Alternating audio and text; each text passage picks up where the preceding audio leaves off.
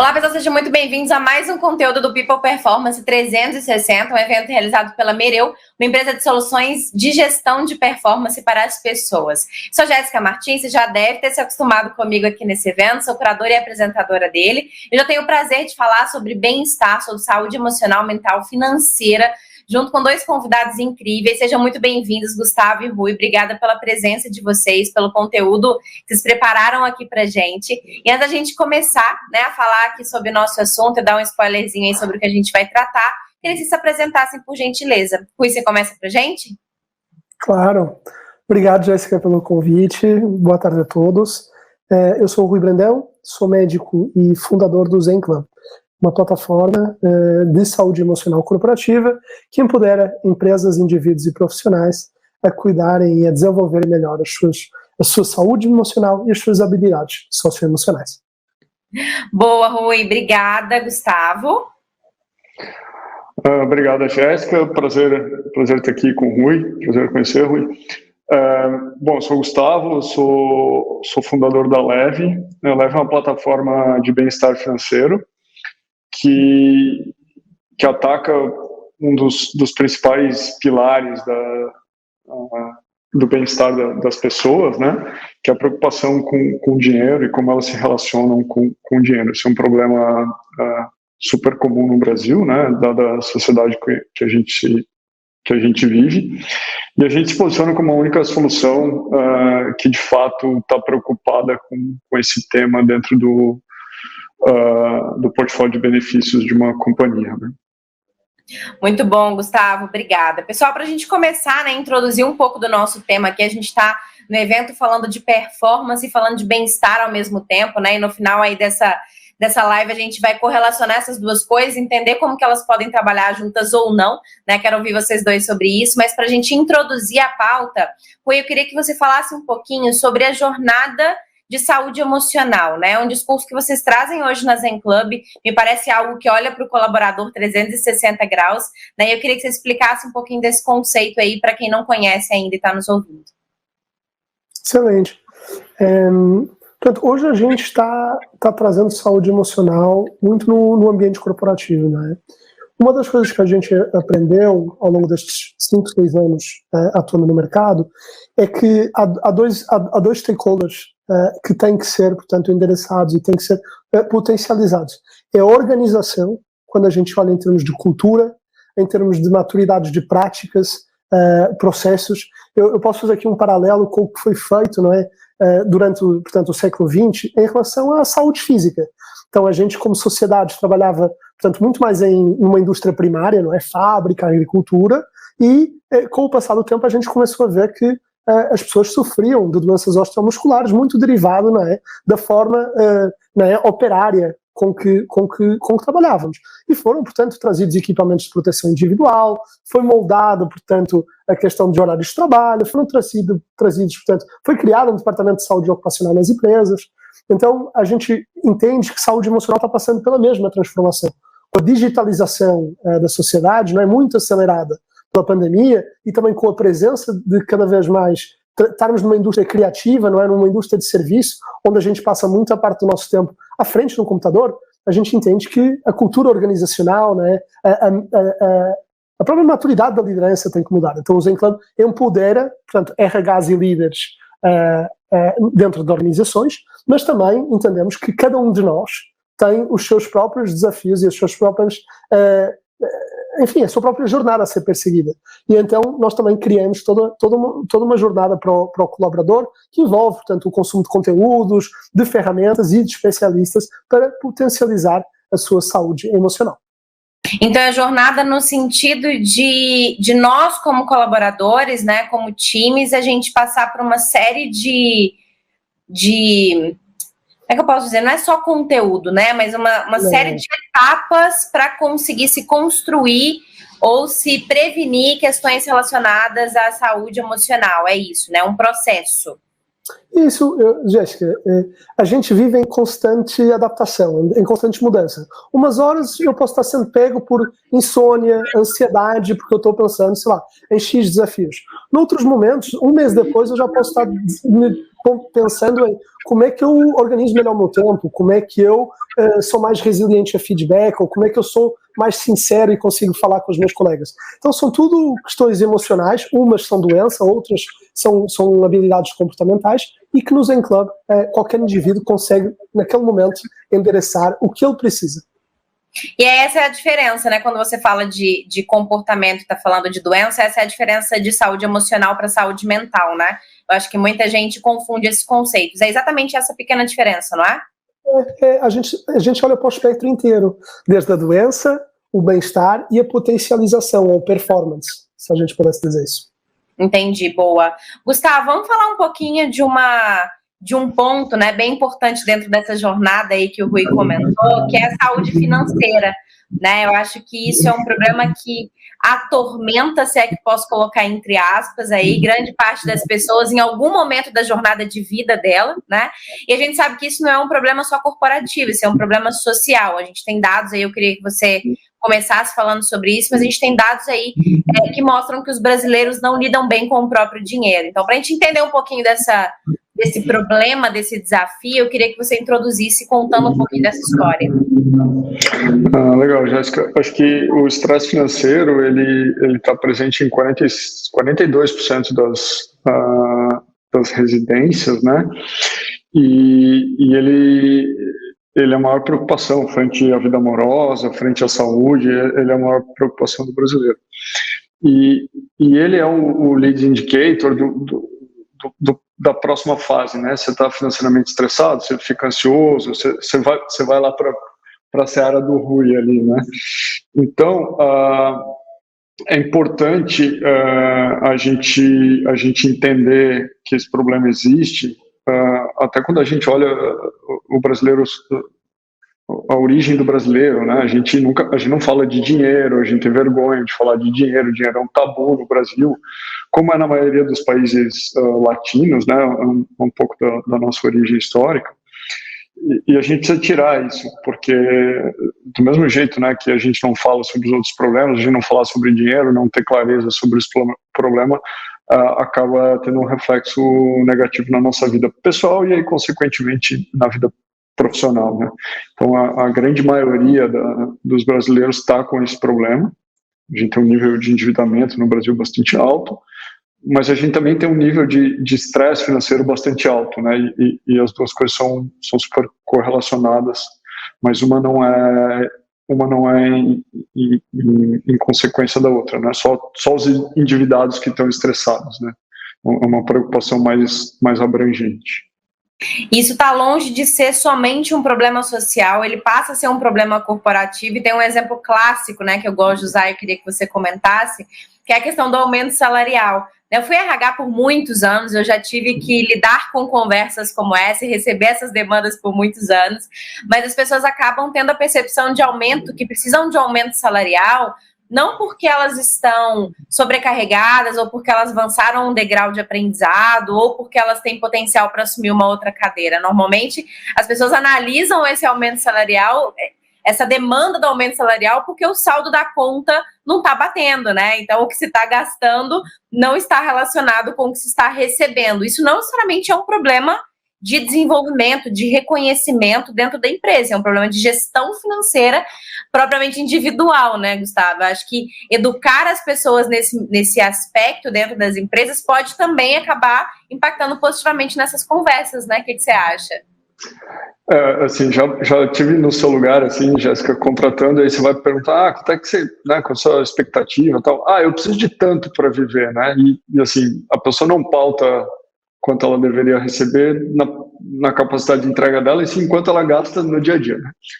E é engraçado que a gente começa a olhar para a nossa base de clientes, e você vê que o problema ele não é exclusivo da base da pirâmide. O cara que, sei lá, ganha R$2.000, R$4.000. Parece que quanto mais se ganha, mais se gasta e maiores são os problemas financeiros, né?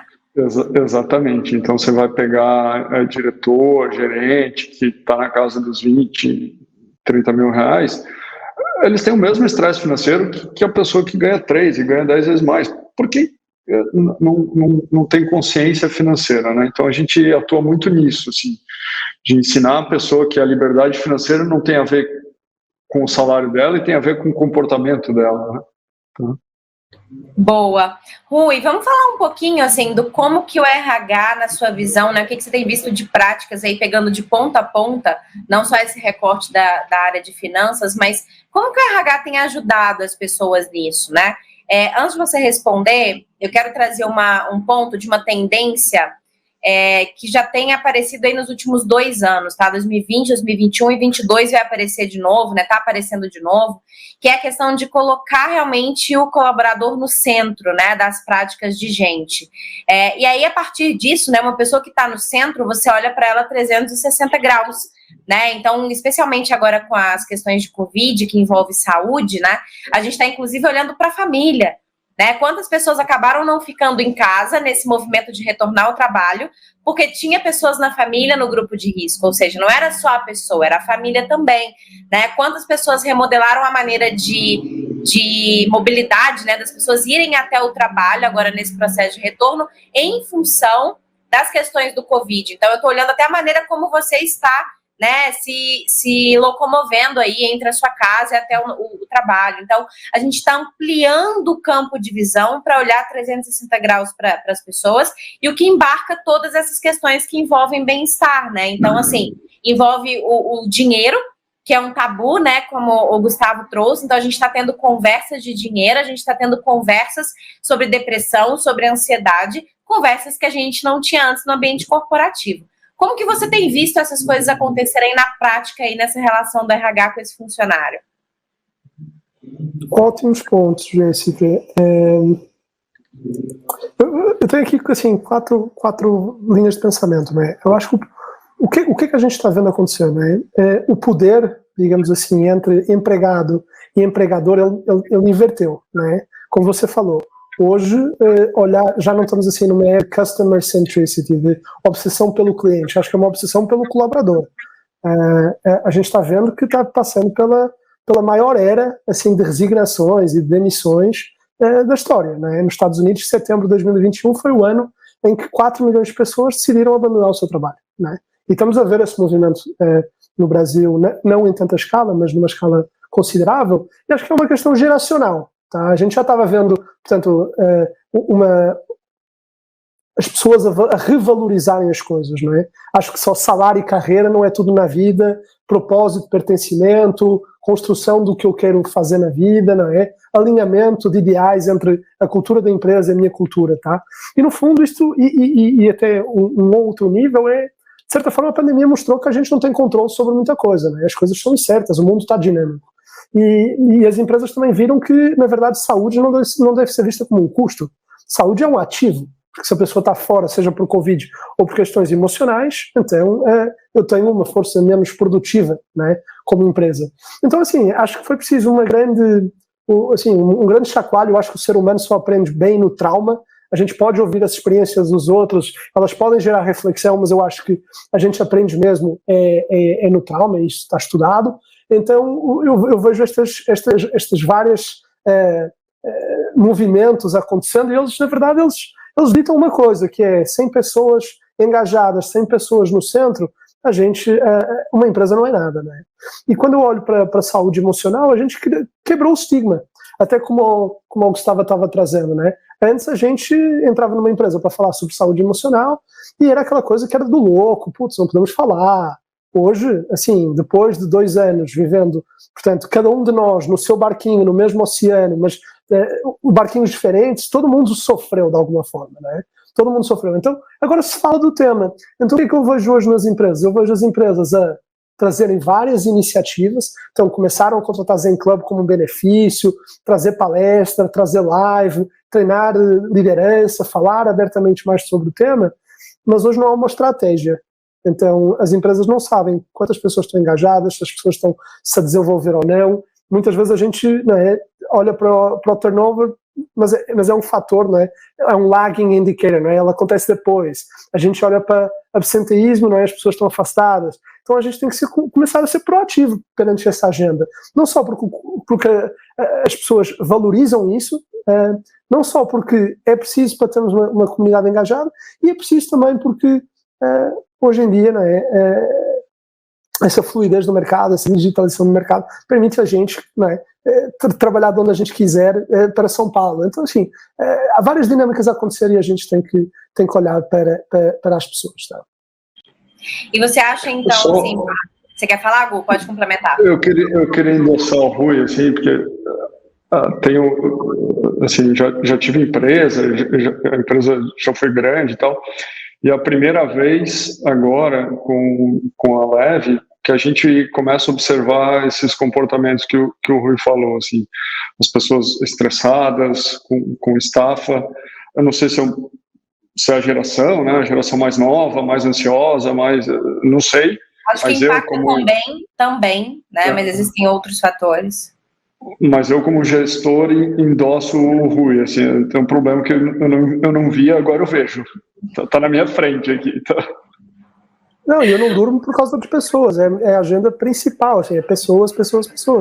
E não é porque é uma empresa de saúde emocional, é como gestor, né, a gente, só para terminar aqui, Gustavo, até corroborando aí, a gente fez uma pesquisa com o Datafolha em setembro, tá? 1.000 pessoas foram entrevistadas no Brasil de todas as gerações, tá? 6 em cada 10 estavam se sentindo sobrecarregados, exaustos, com insônia, tá? Acho que essa questão, o que a gente está sentindo, acho que não é geracional. Agora, a confiança que a gente tem de trazer essa pauta, e se a empresa não fizer nada, sair, aí eu já começo a sentir que é geracional.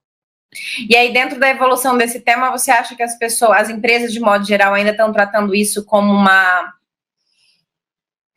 Eu vou colocar moda entre aspas, porque não é tão superficial assim, mas muito pela onda do momento e menos pela preocupação genuína e de fato com o ser humano ainda, né? A gente ainda está nessa fase.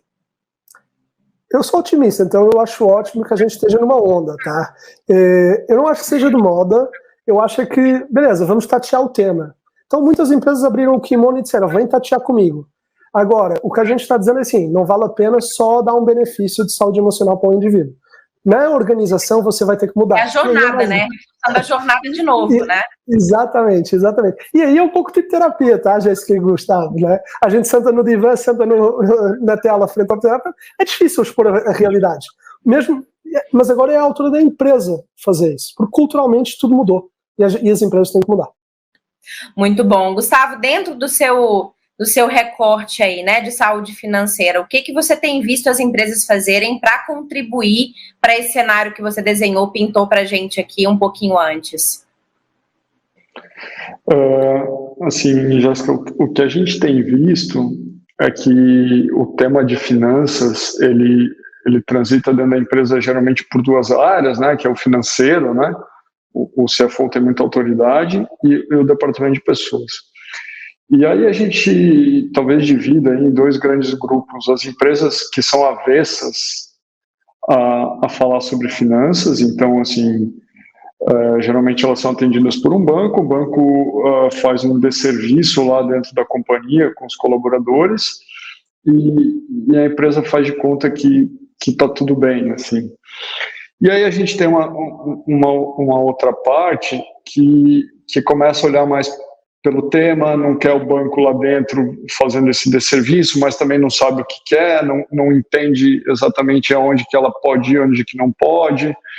Então, acho que o Rui foi muito feliz no paralelo dele lá com o século passado e tal. As finanças existem desde que o mundo é mundo, né? E é um super tabu e as empresas estão começando agora a abrir o kimono aí, roubando as palavras do Rui, para escutar sobre o tema. Mas, estatisticamente, só 6% dos colaboradores vão na empresa em busca de ajuda. Tá? Então, tem o tabu do outro lado do colaborador. Né? O colaborador ainda não se sente à vontade de chegar no RH e falar que está com problema financeiro. É super dá para entender isso, né? Você não vai lá chegar para a menina de pessoas falar que você está com problema financeiro, você vai ficar com vergonha, você almoça com ela, sei lá. Mas a partir do momento que você põe uma camada de acolhimento, terceira, tal, o tema começa a ficar mais fácil, né? Então a gente tem alguns departamentos de pessoas, né? De novo, com a pessoa no centro, que realmente estão empolgados com essa onda, seja de bem-estar mental, financeiro, com essa onda de realmente ter uma preocupação genuína com o colaborador e o colaborador encontrar na companhia o acolhimento que ele não tem em nenhum lugar mais hoje em dia. Tá? Acho que eu vou mais por esse caminho. Assim. Fazendo um recorte aí no que você trouxe, né, sobre as pessoas ainda não terem essa, não é nem proatividade, mas é conforto mesmo, segurança, tranquilidade para procurar ajuda dentro da empresa sobre aspectos, sejam eles emocionais ou de finanças, por exemplo.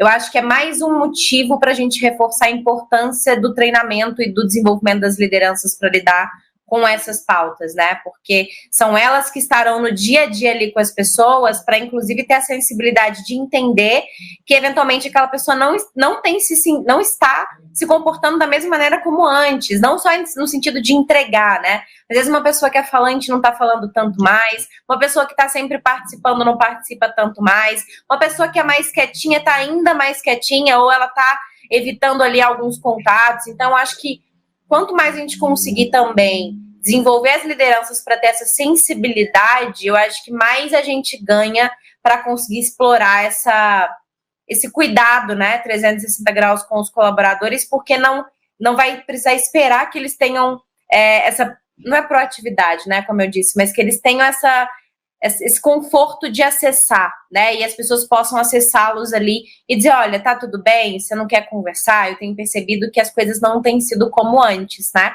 Posso te ajudar com alguma coisa? Olha só, se for uma questão financeira, a gente tem esses caminhos. Se for uma questão mais dentro da tua casa, a gente tem esses caminhos, né? Então, acho que quanto mais instruída a liderança estiver, melhor a gente vai conseguir ampliar as oportunidades de cuidar desses assuntos dentro da empresa, né? Então, fecha aspas, né? Mas eu acho que é um ponto bem importante aqui para a gente poder discutir.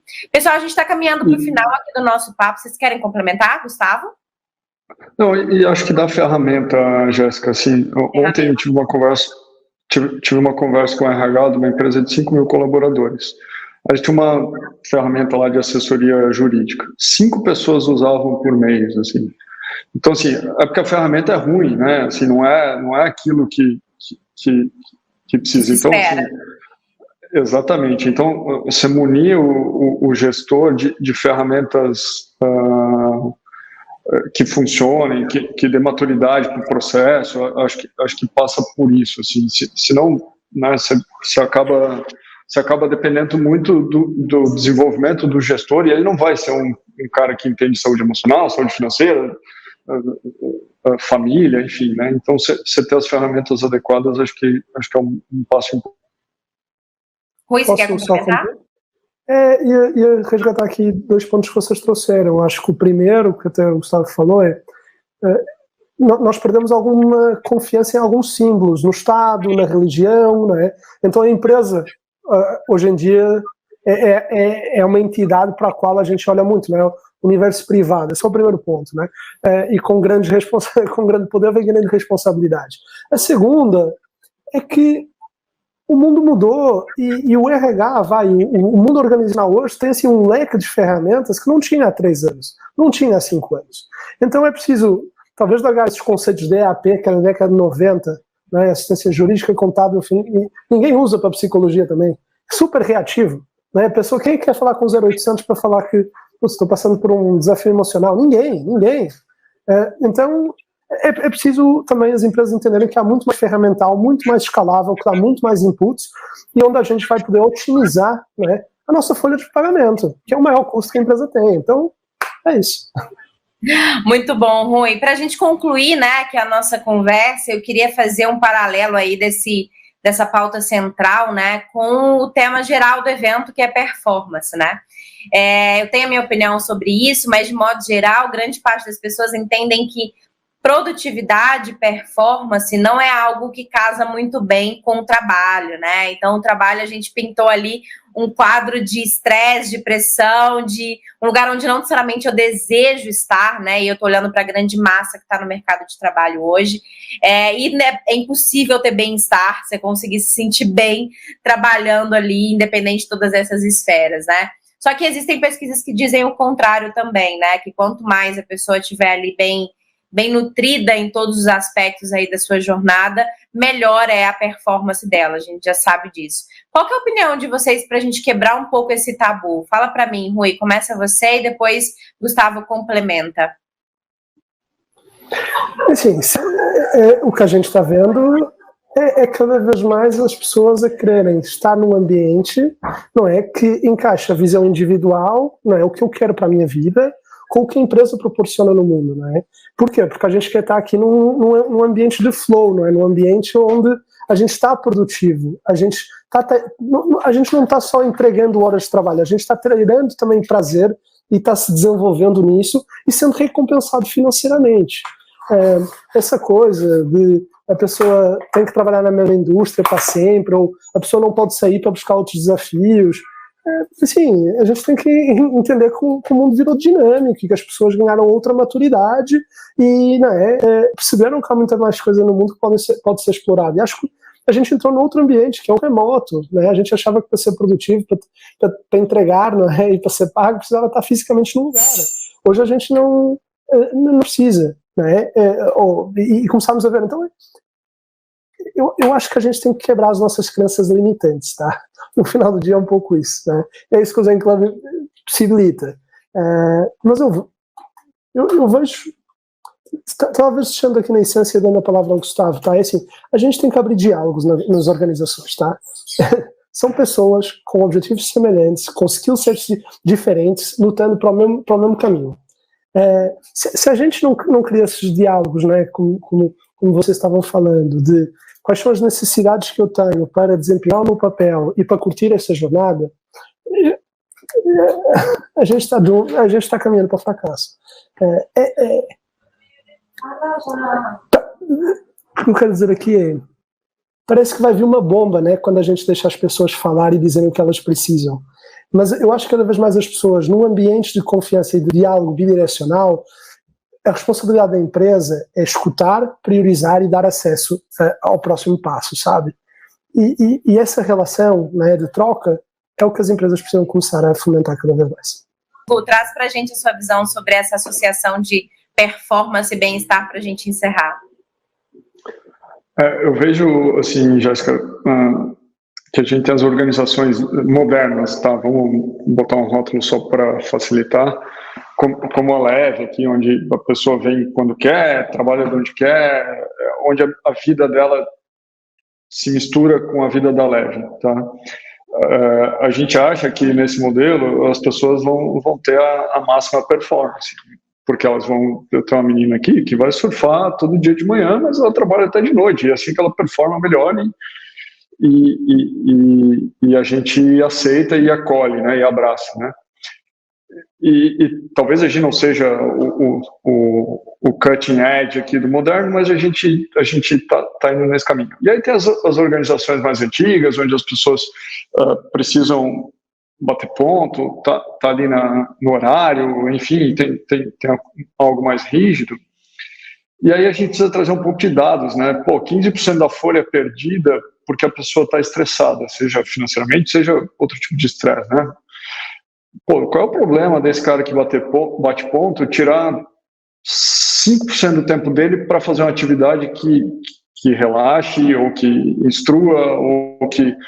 Então, à medida que as empresas que são mais engessadas, até pelo próprio modelo de negócio, não porque as pessoas querem, mas é porque, né, eventualmente a pessoa precisa estar ali, começam a caminhar em direção a essa flexibilidade, acho que a gente vai ter esse flow que o Rui falou, assim, né? As coisas vão ficar mais fáceis, né? Tá? E é muito nosso, assim, achar que trabalhar 15 horas por dia é sinônimo de produtividade, né? Acho que a gente precisa abrir o diálogo aí, né? Então... Muito bom. Gustavo, Rui, muito obrigada pela participação de vocês, pelo tempo. Gustavo, quem quiser continuar essa conversa com você, te encontrar aí, bater um papo, conhecer um pouco mais da Leve, quais são os melhores caminhos aí para encontrar vocês? Bom, meu e-mail é gustavo@somosleve, a gente está nas redes sociais, somosleve, @somosleve no Instagram, pode me adicionar no LinkedIn ali, Gustavo Raposo, você vai me achar ali. Estou super à disposição. Perfeito, obrigada mesmo, viu, pelo seu tempo aí. Rui, mesma coisa, como que a gente faz para te encontrar e continuar esse papo com você? Acho que é LinkedIn, Rui Duarte Brandão, também o LinkedIn do Zen Club, acho que é um ótimo ponto de partida para a gente abrir esse espaço de diálogo, ou continuar, né?